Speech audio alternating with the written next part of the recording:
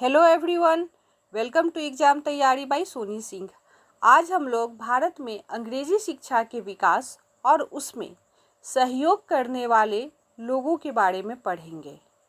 अब हम लोग शिक्षा से जुड़े कुछ प्रमुख बिंदुओं पर एक नज़र डालते हैं।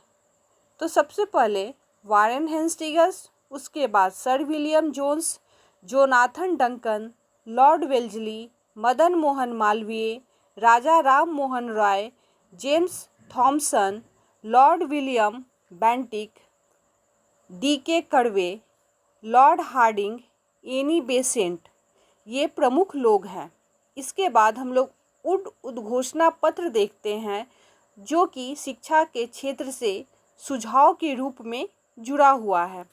कुछ प्रमुख ईस्वी है जिसे हम लोग को अपने दिमाग में रखना है, जैसे 1784, 1800, 1813, 1817, 1835, 1847, 1854, 1857, 1898, 1916। अब ब्रिटिश भारत में शिक्षा का जो विकास हुआ उसे हम लोग बारी बारी से पढ़ेंगे। 1784 जो कि सबसे पहला ईस्वी आया था। 1784 में कोलकाता में, कहाँ पे? कोलकाता में एशियाटिक सोसाइटी ऑफ बंगाल की स्थापना सर विलियम जोन्स के द्वारा की गई। किसके द्वारा की गई? सर विलियम जोन्स के द्वारा एशियाटिक सोसाइटी ऑफ बंगाल की स्थापना। एशियाटिक सोसाइटी ऑफ बंगाल के अधीन सर्वप्रथम भगवत गीता का अंग्रेजी में अनुवाद चार्ल्स विल्कन्स ने किया था। किसने किया था? चार्ल्स विल्कन्स ने। किसका अनुवाद? भगवत गीता का। किस रूप में? तो अंग्रेजी में। कालिदास की प्रसिद्ध रचना अभिज्ञान शकुंतलम। कालिदास की प्रसिद्ध रचना कौन सा है? अभिज्ञान शकुंतलम का पहली बार अंग्रेजी में अनुवाद सर विलियम जोन्स द्वारा किया गया। अब ध्यान दीजिए, भगवत गीता का अनुवाद चार्ल्स विल्कन्स के द्वारा। किसके द्वारा? चार्ल्स विल्कन्स के द्वारा। जबकि कालिदास की प्रसिद्ध रचना अभिज्ञान शकुंतलम का अनुवाद किसके द्वारा किया गया?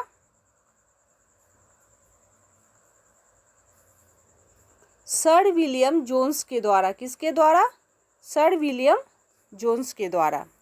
वाराणसी में प्रथम संस्कृत महाविद्यालय की स्थापना जोनाथन डंकन ने की थी।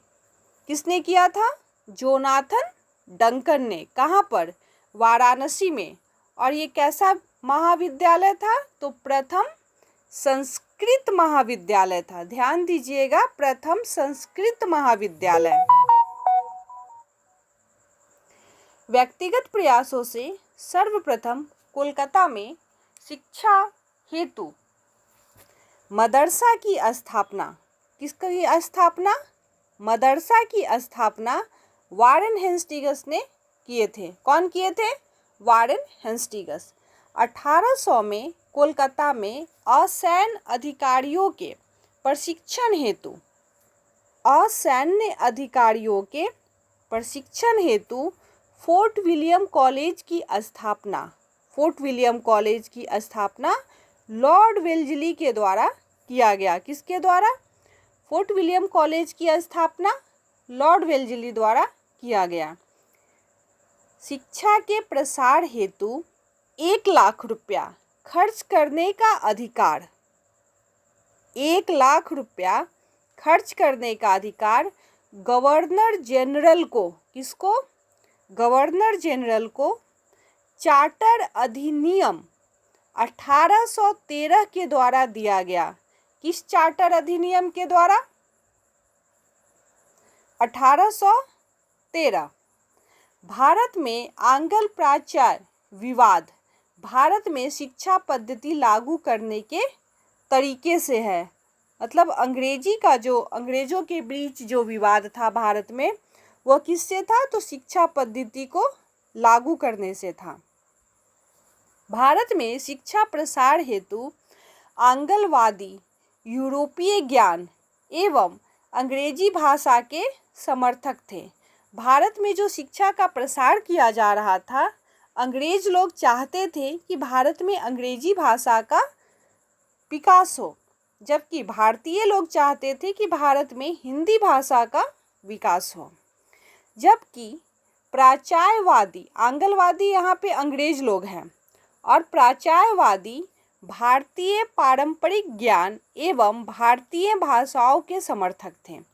तो ध्यान रखना है कि आंगलवादी अंग्रेज लोग और प्राचायवादी भारतीय भाषाओं के समर्थक थे।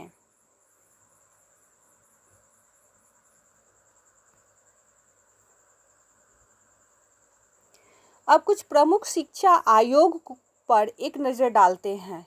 तो समिति आयोग किस वर्ष में हुआ और गवर्नर जनरल या वायसराय कौन थे? तो Charles Wood dispatch 1854, Lord Dalhousie, कौन? लॉर्ड डलहौजी। हंटर आयोग 1883, लॉर्ड रिपन। रैले आयोग या विश्वविद्यालय आयोग 1902, लॉर्ड कर्जन। सैंडलर आयोग 1917, लॉर्ड चैम्सफोर्ड। इंच कैप आयोग 1923, लॉर्ड रीडिंग। हॉट डॉग समिति प्राथमिक शिक्षा 1929, लॉर्ड इरविन। लिंडसे आयोग प्रौढ़ शिक्षा 1929, लॉर्ड इरविन। सारगेट आयोग 1944, लॉर्ड विविल। राधा कृष्ण आयोग 1948, लॉर्ड माउंट बेटन। तो ये प्रमुख शिक्षा आयोग हैं, इसे 2-3 बार सुन के याद कर लेना है। शिक्षा के संबंध में विख्यात अधोमुखी निस्यंदन सिद्धांत के प्रवर्तक ऑकलैंड थे। कौन थे? ऑकलैंड। किसके प्रवर्तक थे? तो अधोमुखी निस्यंदन सिद्धांत के प्रवर्तक थे। लॉर्ड मैकाले अंग्रेजी शिक्षा पद्धति से संबंधित है। अंग्रेजी शिक्षा पद्धति से कौन संबंधित है? तो लॉर्ड मैकाले। भारत में आधुनिक शिक्षा प्रणाली 1835 के मैकाले के स्मरण पत्र से प्रारंभ हुई थी। आधुनिक शिक्षा प्रणाली भारत में कब से प्रारंभ हुई?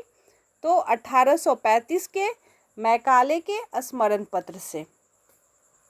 भारत में अंग्रेजी शिक्षा लॉर्ड विलियम बेंटिक के शासनकाल से प्रारंभ हुआ। किसके शासनकाल से?